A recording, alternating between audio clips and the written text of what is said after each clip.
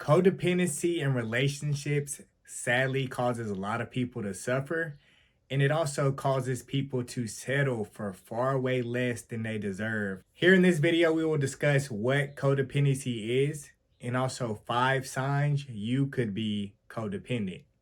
It's important to know that it's a fairly new term and it's not really like a psychological term. So for that reason, it has a lot of different uses. It just kind of depends on the context of which one is using it. So a lot of times when we refer to codependency, a lot of times people use it like and refer to if somebody has maybe a substance abuse problem or something. So a person can have this codependency with whatever that substance is, where they need it to help meet their physical, psychological, or emotional needs. And because of that, that dependence upon that substance, it often brings about negative consequences. For the sake of this video, when I say codependence, I mean it from a sense of there is a attachment style that involves like dysfunctional or toxic, unhealthy aspects of the relationship. So a lot of times that can look like some type of imbalance in a relationship or some type of instances where one person is a narcissist. And it often means when someone else is responsible for your psychological and emotional needs. So a person can become over invested in someone else and there isn't a sense of interdependence or dependence. It's a case where you depend on that person to meet your needs. And it often, like I said, it involves dysfunction or toxic aspects. So to further illustrate what a codependent relationship can look like, I will give you an example of Jane and Mark. So Jane and Mark are in this relationship. And at first, Mark, he does a lot of love bombing. He really makes Jane feel special. He communicates a lot. But then slowly, a few months into this relationship, it graduates into Mark being very controlling, very narcissistic. It's more like his way or the highway, this type of behavior. And he's very controlling and dominating. And Jane, her voice tends to get quieter and quieter in the relationship as it progresses. She's trying to meet all of Mark's needs in a way that is sabotaging her own psychological and mental health and also her emotions. She's not able to really express how she feels or what she wants in the relationship. Everything she does in the relationship, it's an attempt to please Mark because she has developed this attachment, this bond, this love for Mark. So what does she do? Like I said, she attempts to appease him. And it has to do with maybe the way she was raised. She was maybe raised in a household where she had to appease the adults. In order for her to feel seen or heard or accepted, she had to go above and beyond and out of her way to please the parents in the household. That's the only way she got any type of validation. And now it has trickled into her adulthood and how she has relationships with people. So she is naturally doing all this stuff to appease Mark and make Mark happy. And it's now developed into a codependent relationship where she's not really happy. Her emotional and psychological needs aren't really being met. And Mark is kind of dominating and controlling the relationship. And everything Jane is doing is an attempt to please and appease Mark. So this is what a codependent relationship can look like. This is an example of how the aspects and the dynamics of it can look like. You can see how a person's childhood affects their relationships as an adult. A lot of times people don't realize this. A lot of the times how we grow up, that has a very significant impact on how we have relationships with others as an adult in the future. This relationship with Jane and Mark, it's not a healthy, supporting, interdependent relationship. It's not a relationship where both parties' needs, emotional and psychological, physical, are being met. It's more of a lopsided relationship now. So that's just one example of the dynamics of how a codependent relationship can look like. So one sign that you can be codependent in relationships is your inability to set boundaries. You have a hard time expressing boundaries and setting them, communicating them with people, it maybe seems uncomfortable for you, or you just don't do it. And maybe, like I said, it's because you were raised that way, your relationships with your parents. Like I said, that inability to set boundaries, that can come from not being taught how to properly do it and having the capacity and space to do that maybe when you were growing up. But yes, that's a sign you may be codependent, is if you can't set boundaries in relationships. For a healthy relationship, there are certain boundaries in place. A person can communicate and express that with the person, and it shouldn't be a problem expressing that. So, if you lack the ability to set boundaries, that's a sign that you could be codependent in relationships. So, a second sign that you may be codependent is you always put other people's needs before your own in relationships.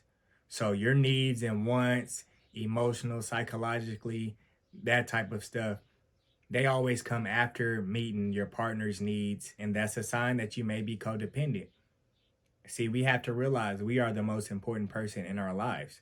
So, with that being said, your needs and wants should come first. And then once you have your needs and wants met, then that's where you can come together with another person and meet their needs. But if you find yourself always being on the back burner in your relationship, you never put yourself first, that's a sign you may be codependent. So, a third sign that you may be codependent is you overvalue the opinion of other people.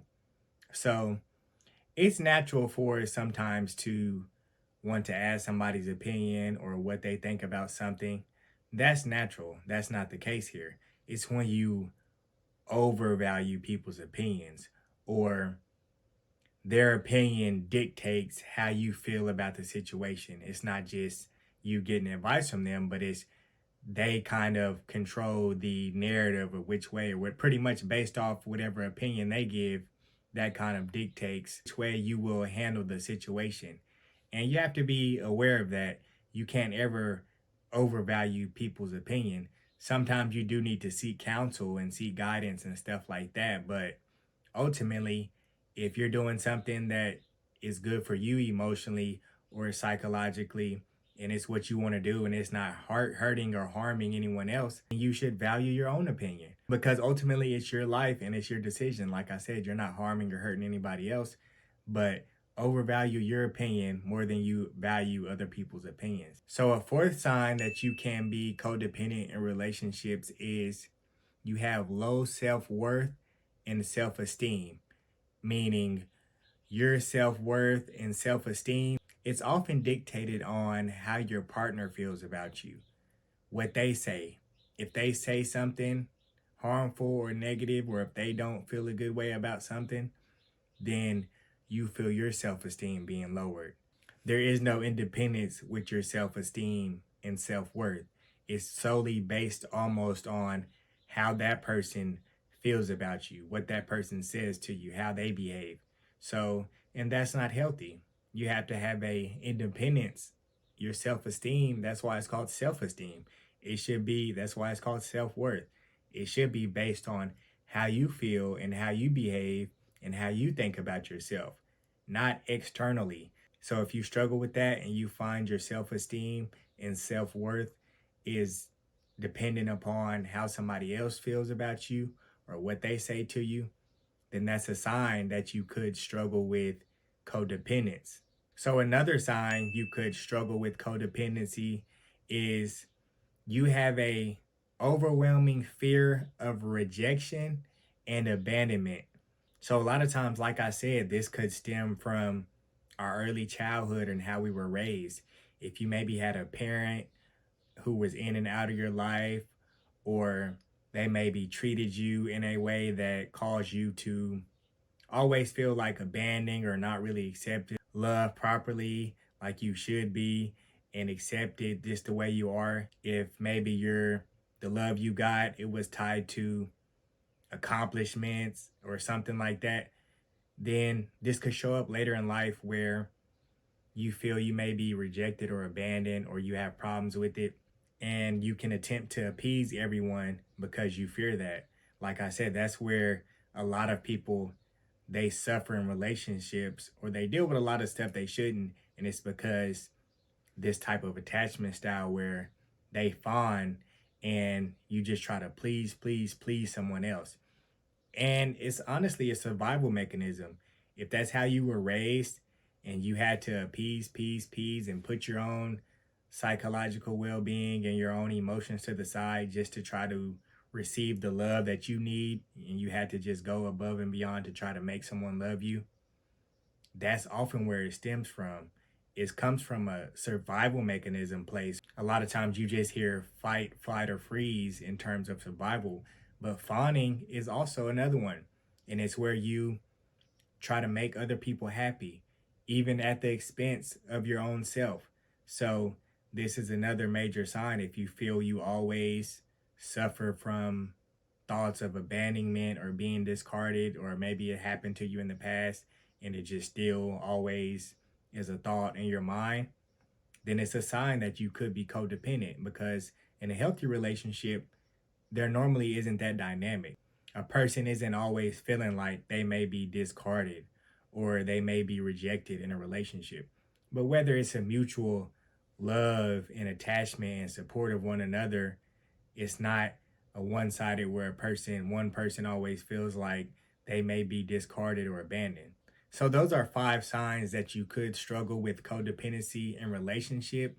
So the second video I make on this topic will be about boundaries and different things you can put in place to make sure you aren't codependent in relationships.